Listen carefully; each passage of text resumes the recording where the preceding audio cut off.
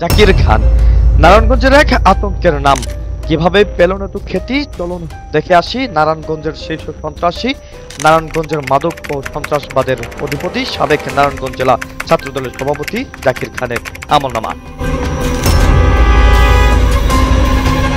1995 দেওভুক এলাকার শীর্ষ সন্ত্রাসী দয়াল মাসুদকে শহরের সোনার বাংলা মার্কেটের পেছনে প্রকাশ্যে গুলি করে হত্যা করে পত্রিকার হেডলাইন হয়ে শহরে পরিচিতি পান ছাত্রদলের সাবেক এই সভাপতি ও নারায়ণগঞ্জের শীর্ষ সন্ত্রাসী জাকির খান।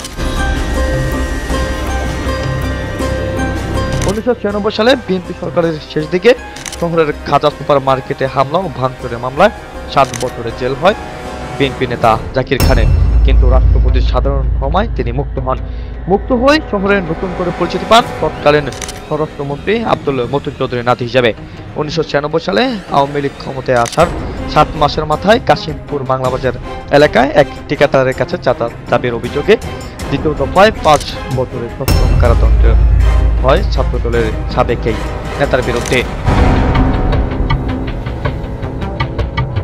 আওয়ামী লীগ সরকারের আমলেও 4 বছর ছিলেন কারাগারে।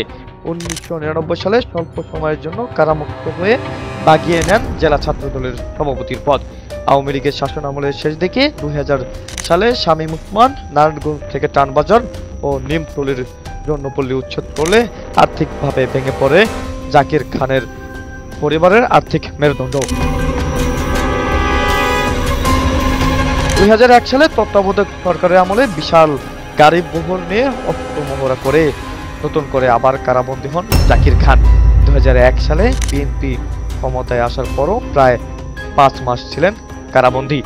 2003 সালে 18 ফেব্রুয়ারি নারায়ণগঞ্জ জেলা বিএনপি নেতা তৈমুর আলম খন্দকারের ছোট ভাই তৎকালীন বিএকেএফএম সভাপতি সাব্বির আলম খন্দকার খুন হওয়ার এই মামলার প্রধান আসামি করা হয় শীর্ষ সন্ত্রাসী ও আলোচিত বিএনপি নেতা জাকির খানকে।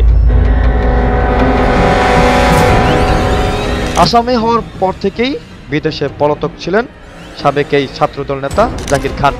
জাকির খানের বিরুদ্ধে মোট 33-এরও অধিক মামলা থাকলেও ইতিমধ্যেই 32টি মামলাতে তিনি খালাস পেয়েছেন। বাকি একটি মামলায় জামিনে মুক্ত করা হয় তাকে।